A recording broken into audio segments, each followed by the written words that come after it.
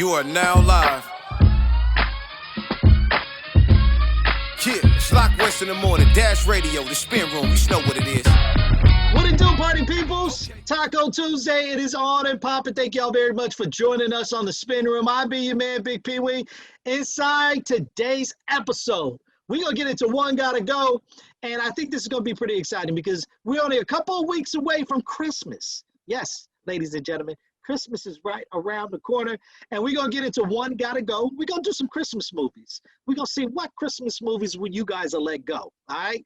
Plus, we're going to get into Topic Tuesday. Oh, my goodness. Let me tell you guys something. On this Topic Tuesday, we're going to talk about one of my favorite things, music, as we all love music, right? Timberland and Swiss Beats, they do verses. We might have somebody we've all been asking for.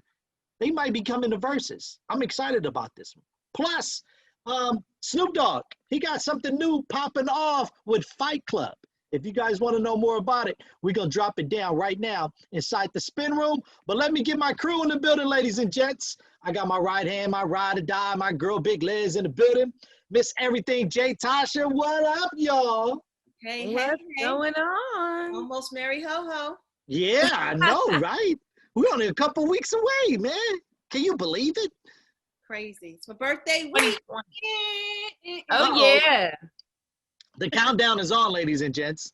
Countdown is on. If I'm not mistaken, it is Friday, right, Liz? December 11th, national holiday. Banks It's closed. Friday. Banks closed. Absolutely. Nice. So you guys got to make sure you guys reach out to Big Liz, show us some love on social media, let her know happy birthday, you know, turn up one time in a real big way. I know she's not going to be out partying like she normally does because of COVID. Yeah, that part. Yeah. But she may do a Zoom party. DJ Ron C may, you know, DJ. We're going to do something. We're going to turn up for Les's birthday, man. You know what I'm saying? So happy birthday, Leslie Les. I'm saying it ahead of time. I'm going to be the first person to say happy birthday. So happy birthday. I received it. Thank you very much. Yeah, happy birthday. All right, man, let's get into this OneGottaGo. You guys ready? Let's do it. All right, man. Christmas time. It's a couple of weeks away. It's a couple of weeks away, Christmas time. And I got classic Christmas movies. Classic Christmas movies. Which classic Christmas movie would you let go of? I think I know which ones. I'm always good at this. I'm always guessing which ones he's gonna put in the spin wheel.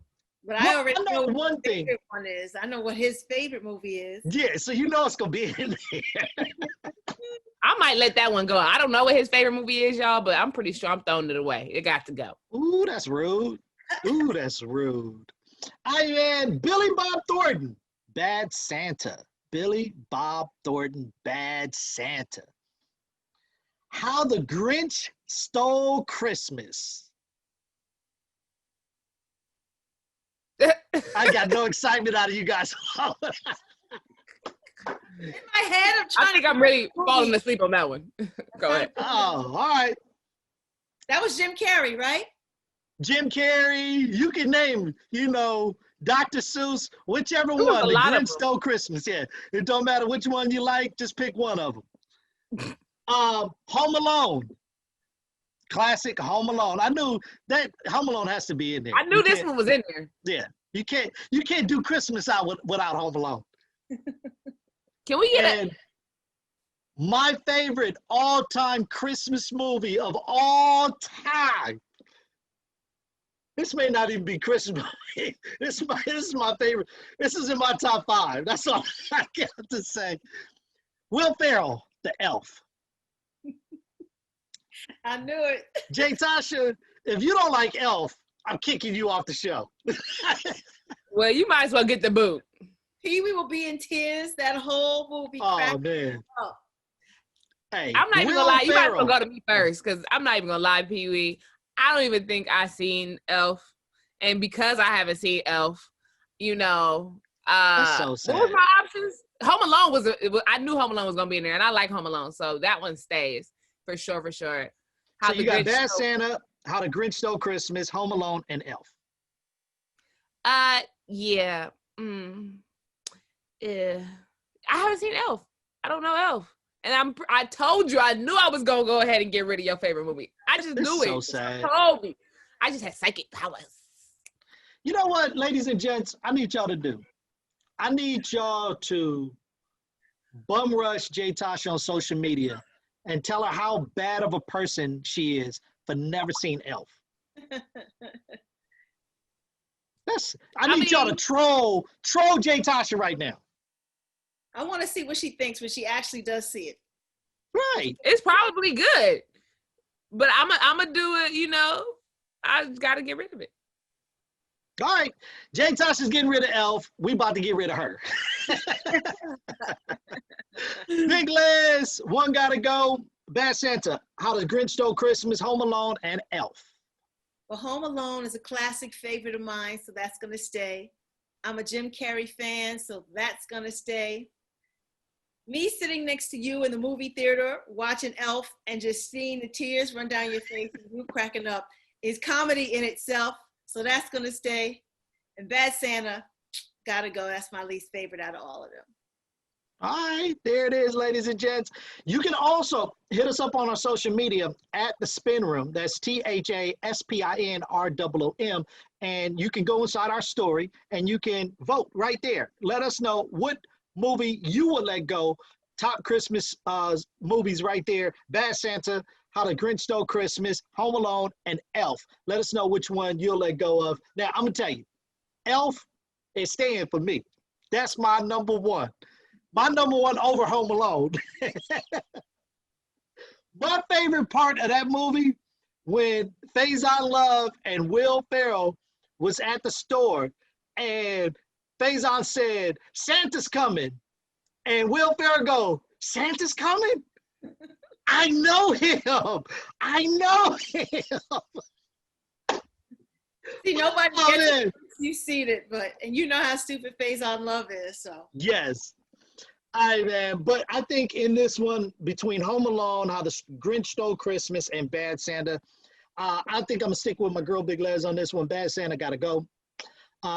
Even though Bad Santa, literally, if you look at the charts for Christmas, Bad Santa is in the top 10 of all the greatest movies, Christmas movies of all time.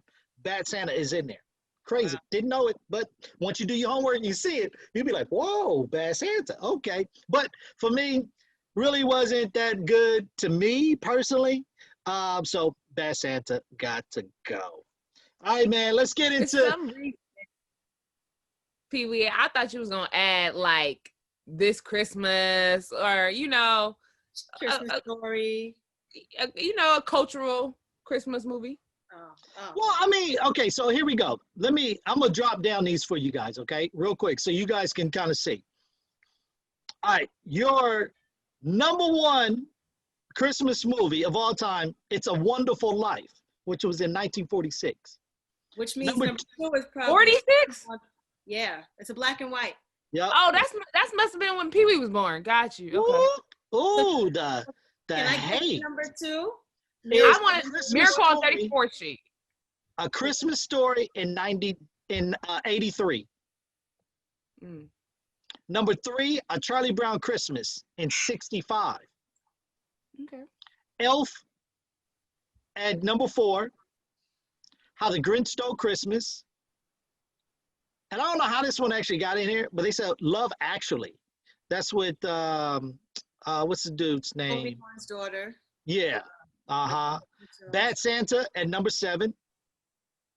The Muppet Christmas Carol.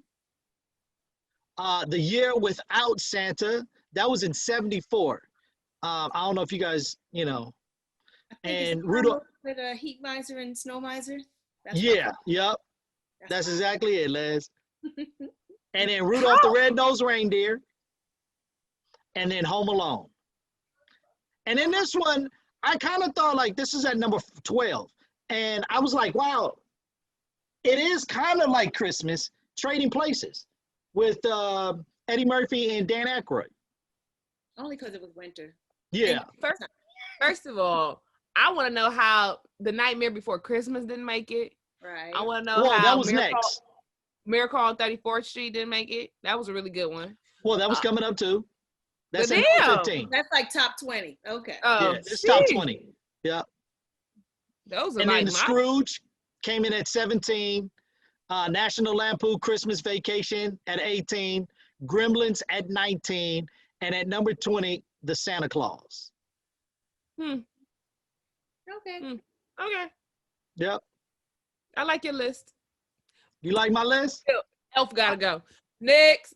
Boy, I tell you, the hate. But it's all good. I want to see how you like it once you see the movie, though. Okay. Yeah. All right, man, let's get into Pee Wee's Topic Tuesday. How many of you guys saw the Mike Tyson and Roy Jones fight? I did. What'd y'all think? I saw a lot of the recaps online.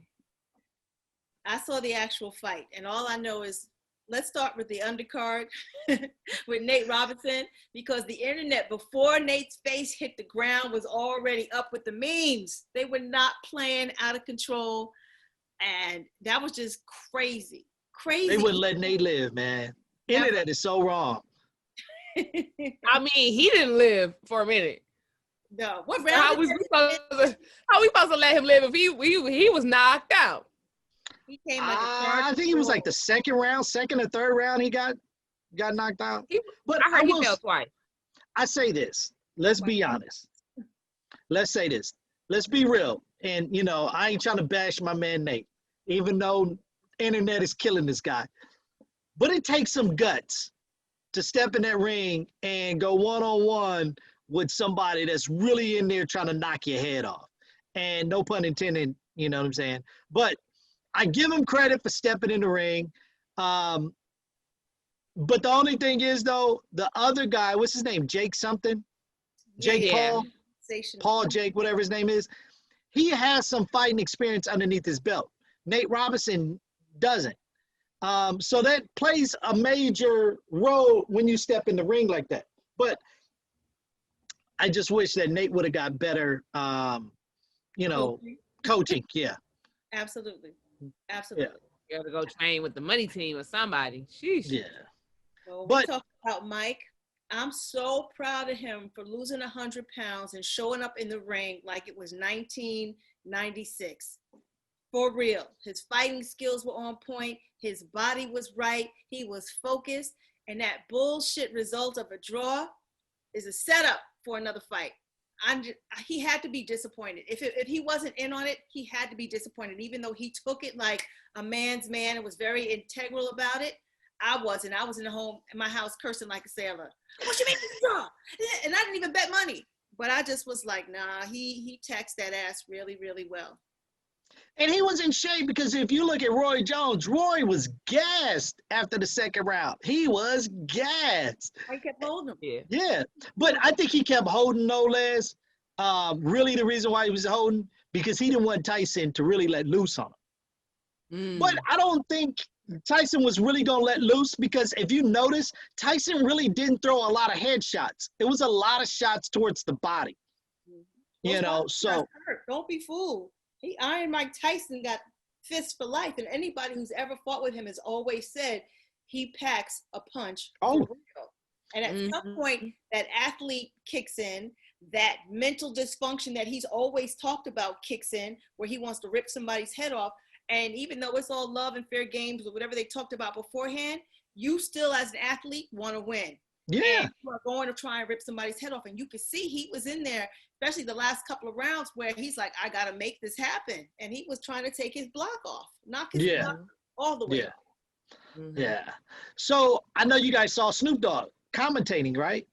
Oh my gosh. So he said those were his uncles in the backyard. I was no good for the rest of the night. Snoop was dope at commentating the fights, man. And I mean, I think that really shows another side of Snoop, even though he games and he plays football, and I think he talks a lot of trash, but to do it where everybody can actually see it on a major platform kind of opens up a lot of people's eyes. And so Snoop is teamed up with Triller, who actually put the fight together with Mike Tyson and Roy Jones.